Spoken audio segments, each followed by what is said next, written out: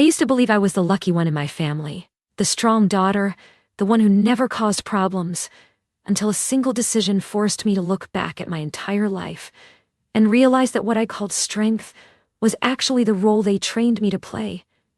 And once that realization settled in, everything I thought I knew about love, loyalty, and family began to collapse. That decision did not happen in a dramatic confrontation or during a fight. It happened in the middle of nowhere, when I was crouched behind my car at a roadside rest stop in New Mexico. My fingers shaking so badly I dropped my phone twice, realizing I was about to do something my family would never forgive me for, and for the first time in my life that thought did not stop me. The sun was setting fast, bleeding orange into the desert, trucks roaring past like I did not exist, and I remember thinking how easy it would be to just get back in the car, drive home, and pretend this moment never happened, pretend I was still the daughter who always came back when called. But my chest felt tight, in a way I knew too well, that familiar pressure that told me if I turned around now, I would lose something I might never get back, myself. My name is Claire, and I grew up learning that love could be rationed. I did not know that was what it was called back then. I just knew there was never enough to go around, and somehow I was always the one expected to need less. There were 3 of us. Evan was the oldest boy, charming, loud. The kind of child teachers adored even when he misbehaved, because he smiled when he apologized. Then came Lucy, soft-spoken, anxious, the one my parents said needed protection, like the world was already too much for her. And then there was me, the accident, the late surprise, the one my mother liked to joke about as the bonus child, even though nothing about my place in that family ever felt like a gift. We lived in a narrow house outside Flagstaff, backed up against pine trees that made the nights feel darker than they should have been. From the outside we looked like a normal family. Inside, there was a quiet hierarchy everyone pretended did not exist. Evan took up space. Lucy was given space. I filled the gaps. I learned early how to move silently, how to sense moods before words were spoken, how to make myself useful so no one would ask what I needed. If Evan forgot his homework, my parents called it pressure. If Lucy cried, they called it sensitivity. If I struggled, they called it attitude. That word followed me everywhere. You have an attitude, Claire. I heard it when I asked why Evan was allowed to go out late, and I was not. When I said I was tired of babysitting Lucy. When I asked for help with schoolwork instead of figuring it out myself. My mother liked to say that I was strong, but what she really meant was convenient. The strongest memory I have from childhood is not a single event, but a pattern. Me standing slightly behind everyone else. In family photos, I was always half a step back. At dinner, I finished last because I was getting refills, grabbing napkins, cleaning spills. At school meetings, my parents talked about Evan's potential, Lucy's emotions, and then glanced at me and said I was fine. Fine became my identity. When I was 12, Evan crashed my parents' car. He was drunk. They cried that night, not because he could have killed someone, but because his future was fragile, and the world was unfair to boys like him. I stood in the hallway listening, my nails digging into my palms, thinking about how I had once been grounded for a month for forgetting to call when I stayed late at the library. When I was 14, Lucy stopped going to school for weeks because of anxiety. My mother quit her job temporarily to stay home with her. I started cooking dinners, doing laundry, managing my own schedule, and no one thanked me because it was assumed. When I was 16, I got a job at a grocery store. I paid for my own clothes, my school supplies, eventually even my phone bill. My parents said it was good for me, that responsibility builds character. What it built was silence. By the time I graduated high school, I knew better than to expect anything. At the ceremony, my parents cheered loudly when Evan showed up late and stumbled to his seat. They cried when Lucy walked across the stage.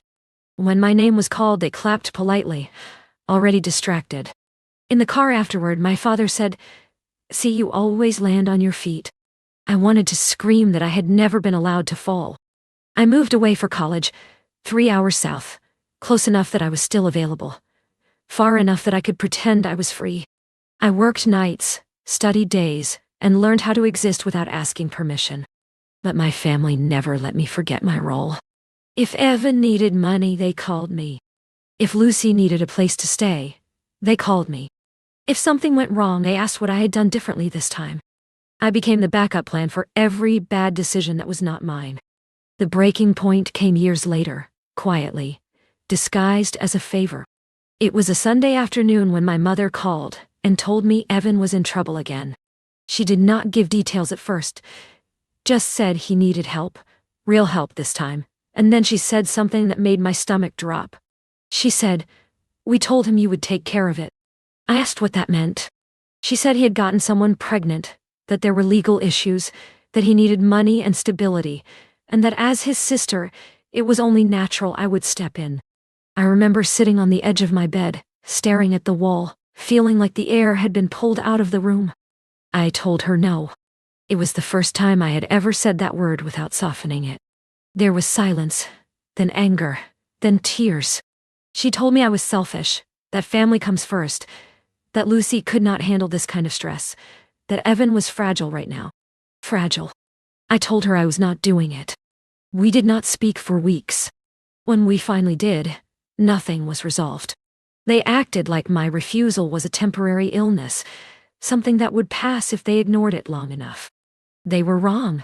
The thing they never expected was that I would leave for good. The decision did not come all at once. It grew slowly, like something inevitable. When I got a job offer out of state, my first instinct was to turn it down. Then I realized no one had asked me to stay. I accepted without telling them. I packed quietly. On the day I left, my mother hugged me and said, "Don't forget where you came from." I almost laughed. The distance gave me clarity, but it also gave my family time to panic. Without me, things unraveled. Bills went unpaid, arguments escalated, Evan spiraled, Lucy withdrew. And then the call came that changed everything. It came late at night, my father's voice tight, telling me there had been an incident, that Evan was in serious trouble, that the family needed to come together, and that I needed to come home. I told him I would think about it. That night, I did not sleep. I realized something terrifying and freeing. If I went back now, I would disappear again. So I packed a bag, got in my car, and started driving, not toward home, but away from it, until I found myself at that rest stop, crouched behind my car, shaking, finally understanding that I was not running. I was choosing, and the choice I made next would cost me everything I used to call family. I stayed at that rest stop longer than I needed to, watching the desert go dark, letting the silence settle into my bones, because I knew that once I started the car again, there would be no pretending this was temporary. I turned my phone off. Not on silent, not face down, fully off, like cutting oxygen to a fire. The next morning I crossed into Arizona as the sun came up, the road stretching ahead of me in long, empty lines. And for the first time in my life, no one knew where I was or what I was doing. The freedom scared me more than anything my family ever had. For days, I expected panic, guilt so sharp it would force me to turn back, but what I felt instead was exhaustion, the kind that only comes when you stop carrying something you never should have been responsible for. I rented a small room in a quiet town near Sedona. Nothing fancy, just a bed, a desk, and a window that looked out at red rock cliffs that changed color throughout the day. The first night there, I cried without knowing why. Not loudly, not dramatically, just steady tears, like something inside me was finally leaking out. I started my new job a week later. No one there knew my family story. No one expected me to fix anything. When I said I was tired, people believed me. When I made a mistake, it was treated like a mistake, not a flaw in my character. I did not realize how abnormal my old life had been until I lived without it. 2 weeks in, I turned my phone back on. There were dozens of missed calls, messages stacked on messages, my mother's name repeating like a warning label. I read them slowly. First confusion, then anger, then fear. My parents wanted to know where I was, what I was doing, how I could do this to them. Evan left a voicemail, his voice unsteady, saying he needed me, that things were bad, that I was being cruel. Lucy texted once, just a single sentence. asking if I was mad at her. That one hurt the most. I typed replies a dozen times and erased them all. Anything I said would turn into an argument, a negotiation, a way back in. So I did not explain. I sent one message to my parents. I said I was safe, that I needed space, that I would reach out when I was ready. My mother replied immediately, saying space was a luxury families could not afford. I did not respond. Months passed. The silence changed shape. At first it was loud, full of imagined accusations and rehearsed defenses. Then it softened. I stopped waking up with my jaw clenched. I stopped apologizing automatically. I stopped bracing for impact every time my phone buzzed. The first time I went an entire day without thinking about my family, it startled me. Like realizing a scar no longer hurts. The reckoning came on a random Tuesday afternoon. I was at my desk when my father called. I almost did not answer. But something told me this call would be different. He did not yell. He did not demand. He sounded old.